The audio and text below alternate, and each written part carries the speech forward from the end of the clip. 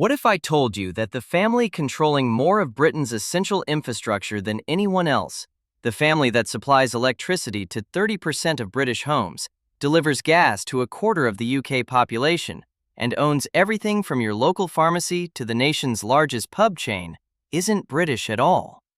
In fact, while King Charles III sits in Buckingham Palace with an estimated personal fortune of around £640 million, according to the Sunday Times Rich List 2025, there's a Chinese family whose holdings in Britain alone dwarf that figure many times over.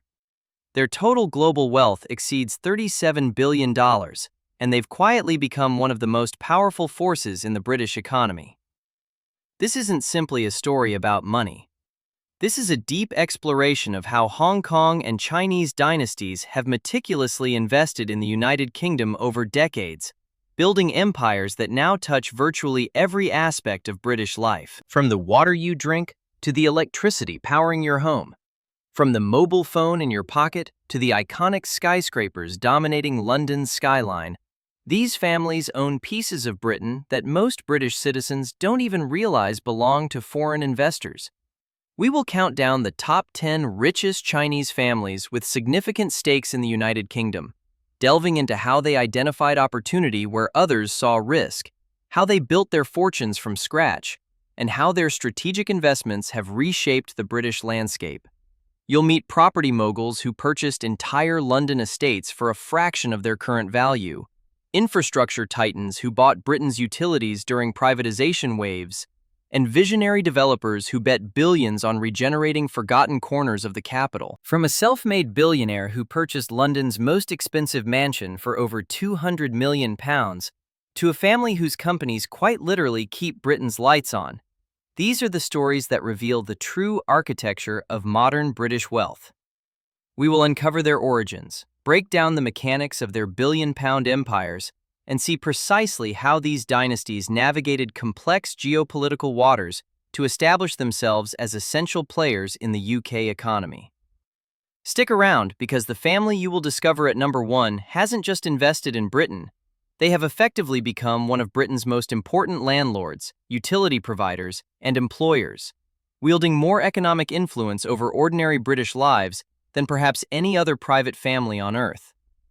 Their story will fundamentally change how you think about who really owns the United Kingdom. Coming in at number 10 on our list is a man who transformed a single bold purchase into one of London's most valuable property empires. Samuel Tack Lee, with a net worth of approximately $3.7 billion according to Forbes, represents a different kind of billionaire. He is not flashy. He does not seek headlines.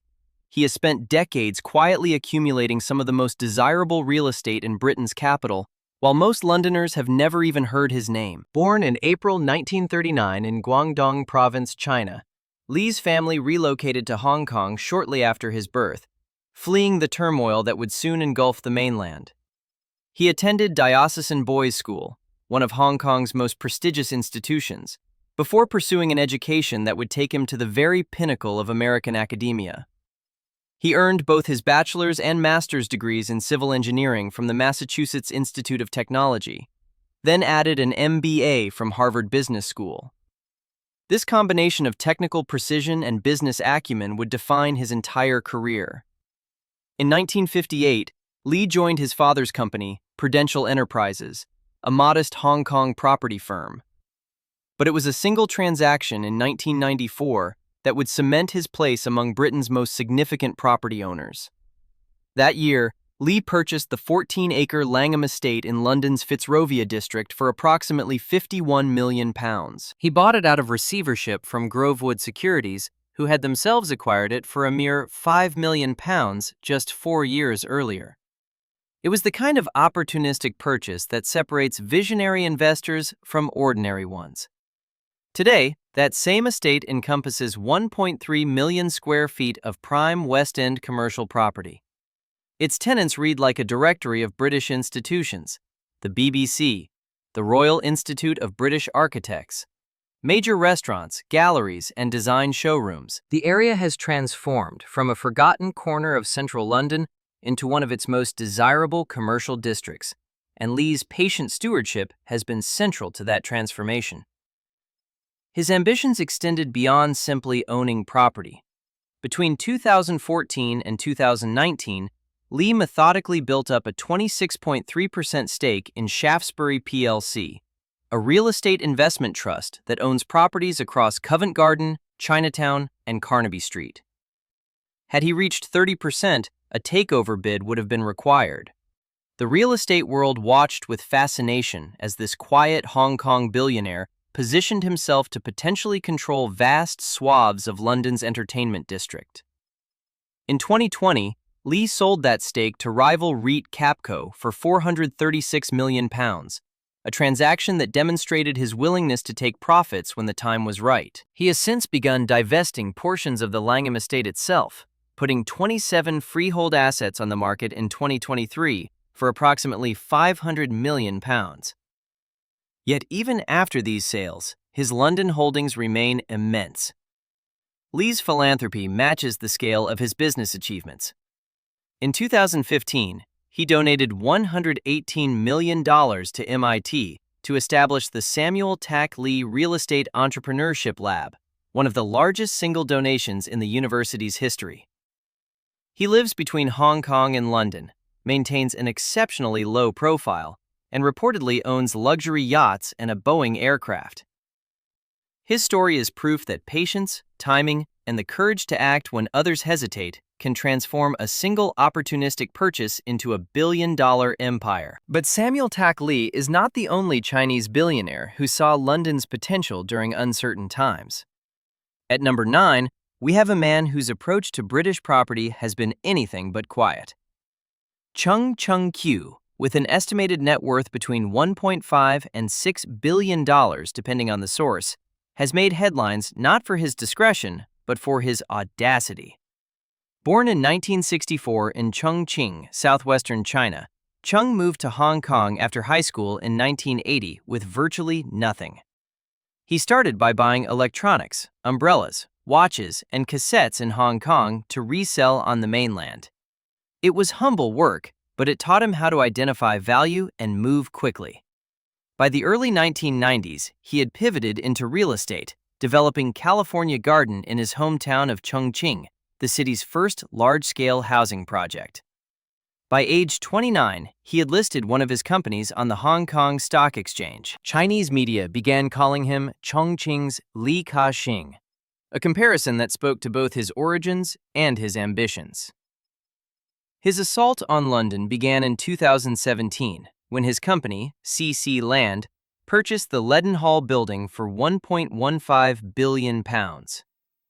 Londoners know this distinctive wedge-shaped skyscraper as the Cheese Grater, one of the most recognizable buildings on the city's skyline. It was a statement acquisition, announcing to the world that Chung intended to be a major player in British property. But it was his 2020 purchase that truly captured global attention. For between £205 and £210 million, Chung acquired 28 a Rutland Gate, a 45-room mansion overlooking Hyde Park, from the estate of Sultan bin Abdulaziz Al Saud. The transaction made it easily the most expensive residential property ever sold in the United Kingdom. The 62,000-square-foot property may remain a single home or be converted into luxury apartments, potentially worth £700 million.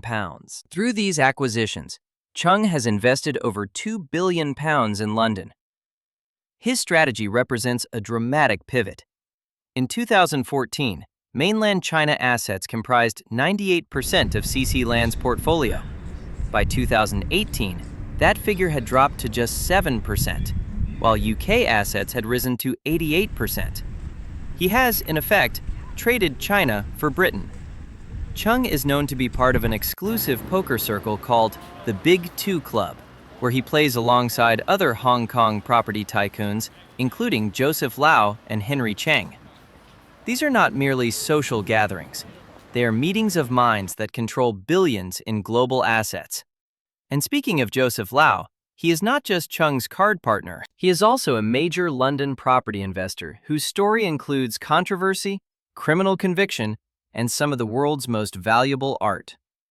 His journey from manufacturing electric fans to owning prime Fleet Street real estate is as dramatic as any in this countdown.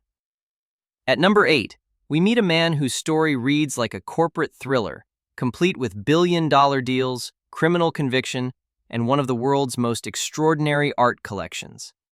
Joseph Lau, with a net worth of approximately $13.6 billion according to Forbes, is the former chairman of Chinese Estates Holdings and a figure who has left an indelible mark on London's property landscape, despite never being able to set foot in Macau again.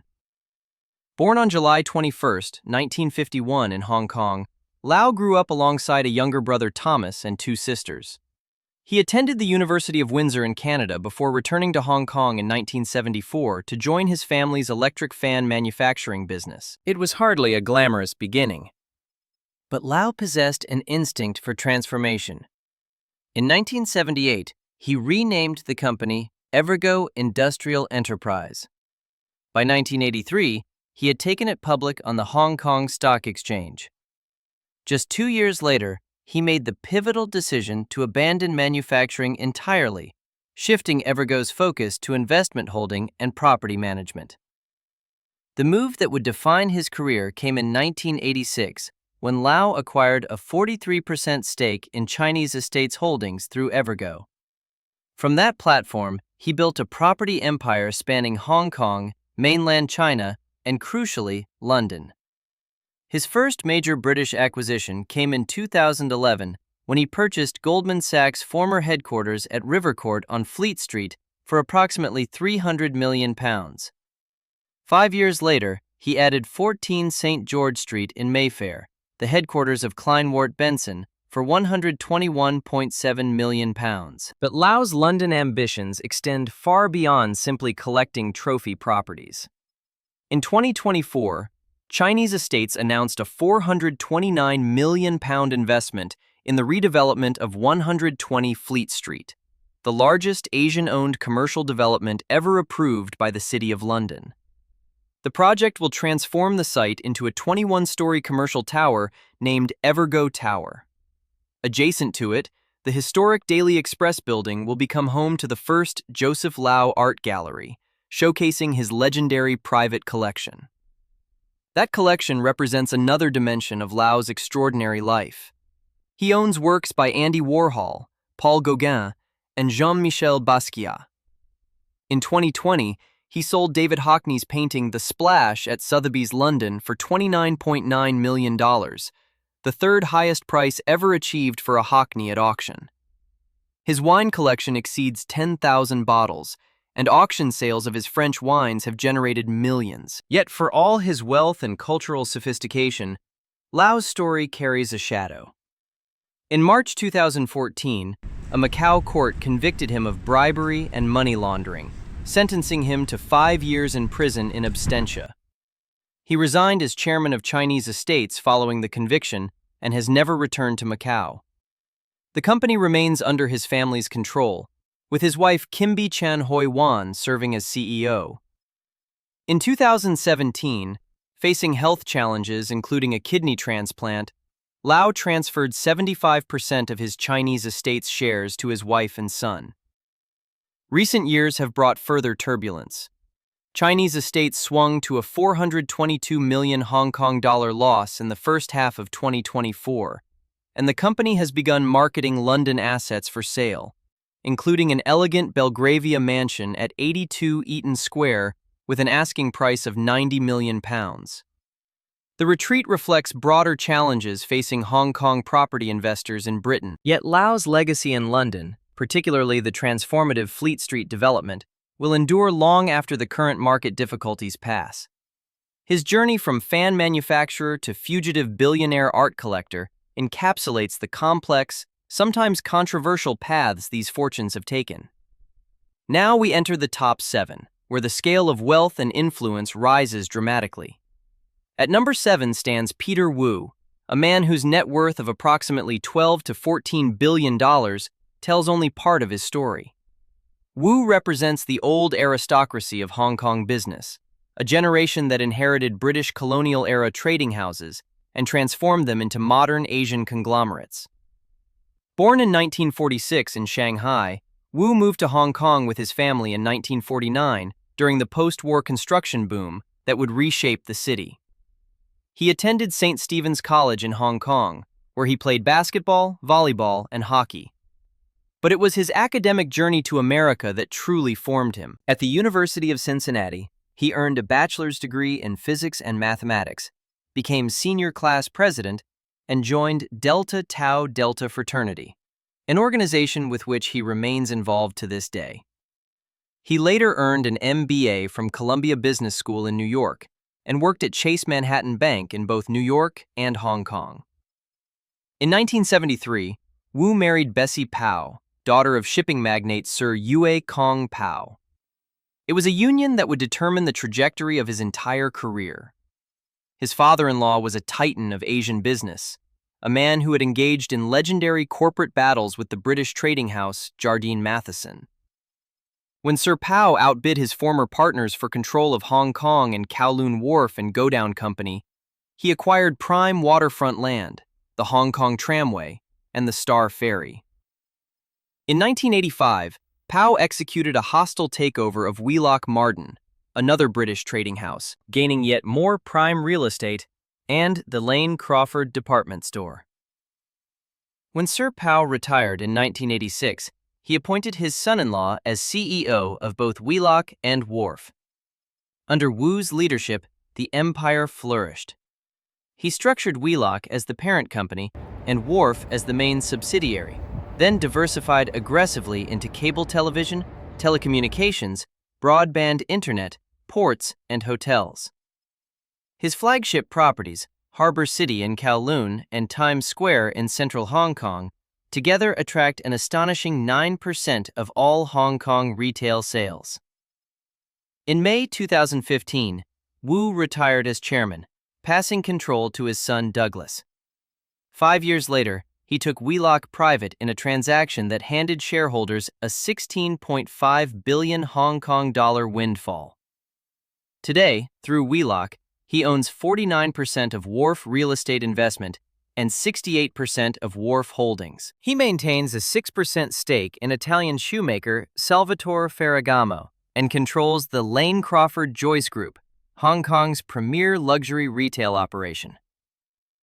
Wu's British connections run deep through heritage and commerce. But while his influence on Britain is primarily through relationships and business networks, our next entry has bet billions of pounds directly on transforming London itself. At number 6, we encounter a family whose commitment to Britain represents one of the boldest bets any Chinese investor has ever made on these shores. Henry Cheng, with an estimated net worth between $19 and $28 billion, depending on which valuation you trust, has staked £8.4 billion on transforming a forgotten corner of London into one of Europe's most ambitious urban developments. This is not passive investment. This is the active reshaping of a city. Born on December 11, 1946 in Shunde, Guangdong, China, Cheng is the eldest son of the legendary Cheng Yu-tung, founder of New World Development. His parents had moved from Macau to Hong Kong that same year to expand their jewelry business, Chow Tai Fook, which Henry's grandfather had established in 1929. From childhood, Henry was immersed in commerce. He attended Salesian School in Shao Kei Wan before moving to Canada for his education, earning a bachelor's degree from the University of Western Ontario's Ivey School of Business. His father used the profits from the family jewelry business to expand aggressively into property during the late 1950s and early 1960s. When the Cultural Revolution spread panic through Hong Kong in 1967, causing property prices to collapse, Cheng Yu-tung bought heavily. He did the same after the Tiananmen Square crackdown in 1989. It was a philosophy of contrarian courage that his son would inherit. The elder Cheng founded New World Development in 1970, took it public 2 years later, and appointed Henry as a director in 1972 when he was just 26 years old. Henry became managing director in 1989 and chairman in 2012. Today, the Cheng family controls 2 pillars of extraordinary wealth. New World Development ranks among Hong Kong's largest property developers, while Chow Tai Fook Jewelry Group stands as the world's largest jewelry retailer by revenue. That jewelry empire grew from a single Beijing store in 1998 to over 1,500 outlets across China.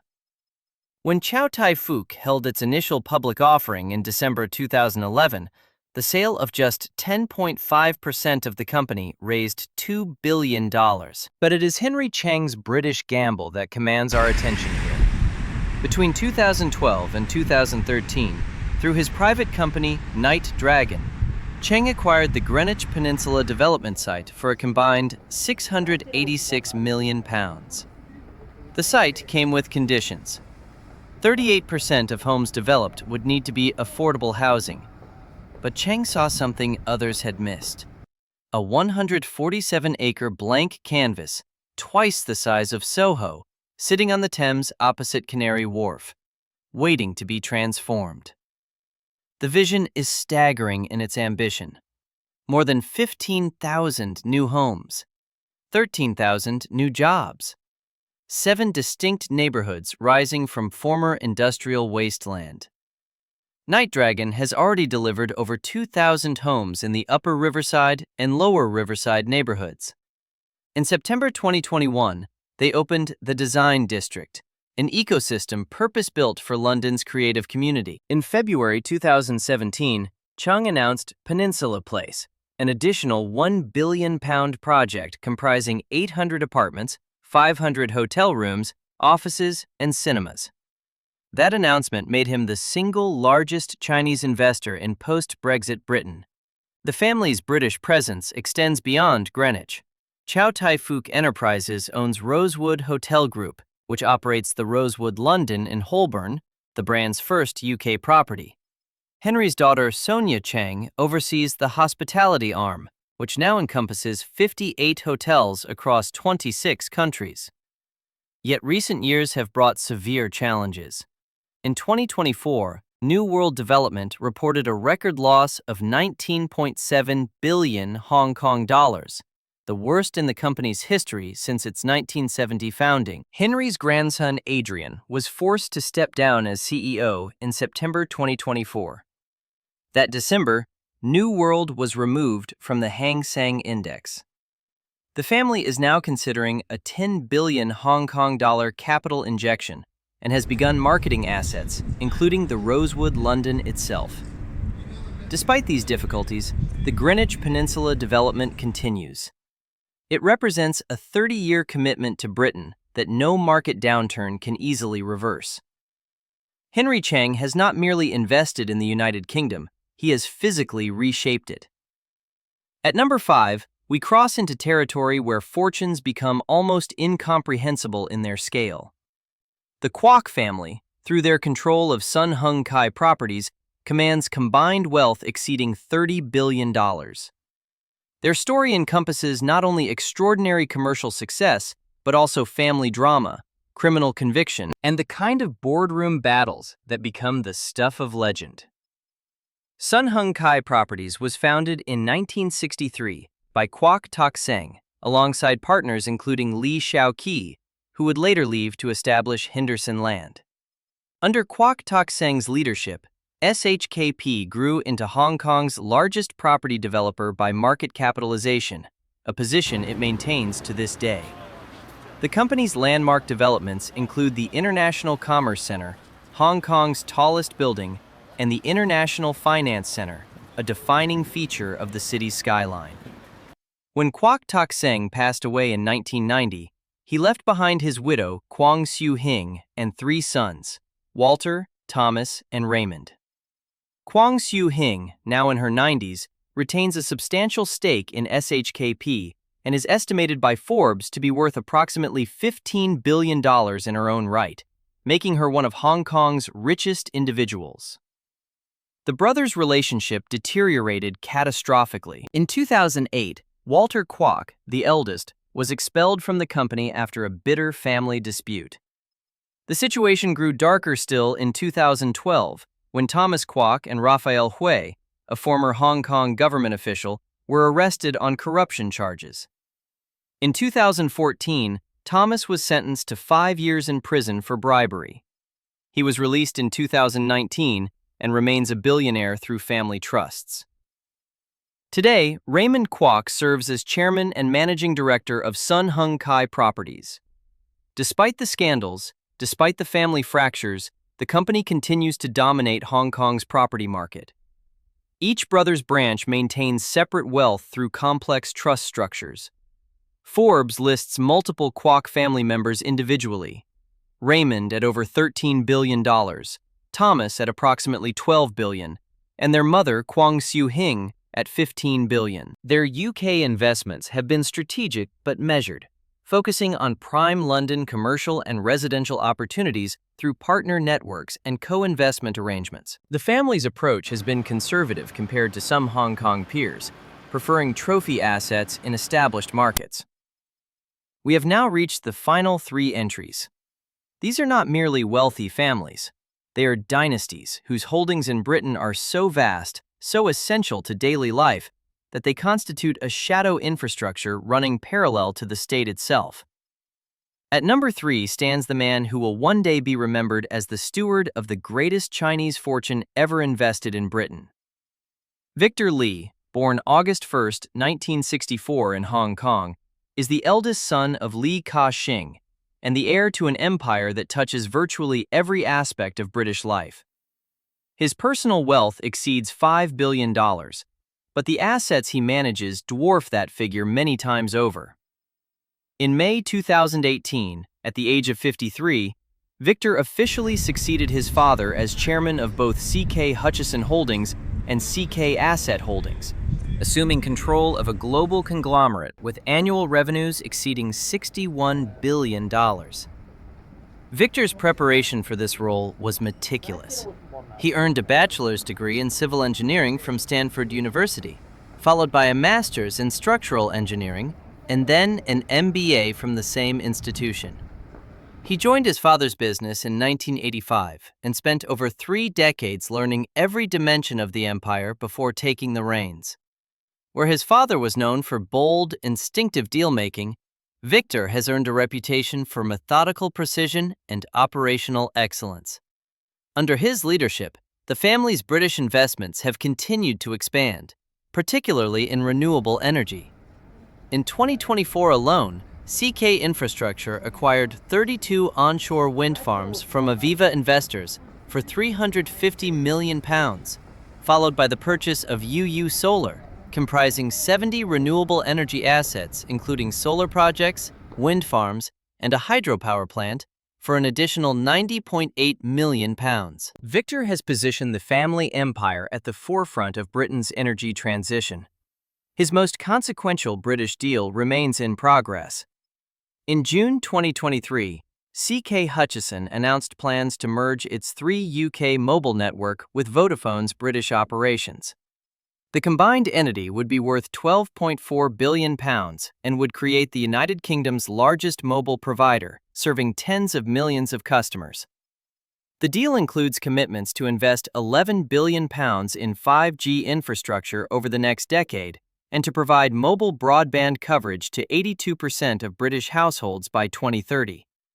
Regulatory approval is pending, but if completed, it will cement the Lee family's position as one of the most important players in British telecommunications. Victor's younger brother Richard chose a different path, founding Pacific Century Group and building his own fortune in telecommunications and insurance through companies including PCCW and FWD Group. The brothers operate independently, but Victor remains the guardian of their father's legacy. And what a legacy it is! At number 2, we must acknowledge a figure whose influence permeates everything that follows. Lee Kum Kee, who passed away in March 2024 at the age of 97, was known as Hong Kong's Warren Buffett for his extraordinary investment acumen. His net worth at its peak exceeded $30 billion, and his Henderson Land Development Company stands among Hong Kong's 4 largest property developers. Born in 1928 in Shunde, Guangdong Province, Lee moved to Hong Kong at age 12. He started as a salesman in a hardware shop, progressed to trading in foreign exchange and gold, and in 1958 co-founded Eternal Enterprise Company, alongside partners including Kwok Tak Seng of Sun Hung Kai Properties. In 1976, he struck out alone, founding Henderson Land Development. 5 years later, the company listed on the Hong Kong Stock Exchange. Lee became legendary for his contrarian philosophy. He bought heavily during the 1967 riots, after Tiananmen Square, during the 2003 SARS crisis, and following the 2008 financial collapse. He was famous for his frugality, wearing $10 plastic digital watches and using disposable razors despite his billions. His investment philosophy was simple. Property is the best investment because land does not grow, but humanity's need for it never diminishes. He retired as chairman of Henderson Land in May 2019, handing control to his sons Peter and Martin. His death in March 2024 marked the end of an era for Hong Kong's property patriarchs. The fortune he built, conservatively managed and patiently accumulated over 7 decades, will endure for generations. And now we arrive at the summit. At number 1 stands a man whose story embodies everything this countdown has explored. Self-made success, visionary timing, patient accumulation, and an appetite for Britain that has made his family the single largest overseas investor in the United Kingdom. Lee Kum Kee, with a net worth of approximately $37 billion, does not merely own British assets. He supplies the electricity that powers 30% of British homes. He delivers the gas that heats a quarter of British households. He owns the pharmacy where you buy your medicine, the pub where you drink your pint, and the port where your goods arrive from overseas. Born in 1928 in Chaozhou, Guangdong Province, Lee fled with his family to Hong Kong in 1940 as refugees from the Sino-Japanese War. When his father died of tuberculosis in 1943, 15-year-old Lee was forced to abandon his education. He found work at a plastics trading company, laboring 16 hours a day. In 1950, with savings and money borrowed from relatives, he founded Chung Kong Industries. He manufactured plastic flowers and exported them to America. It was humble work, but Lee was watching, learning, waiting. In 1958, he moved into real estate. When the Cultural Revolution sent panic through Hong Kong in 1967, crashing property prices, Lee bought aggressively.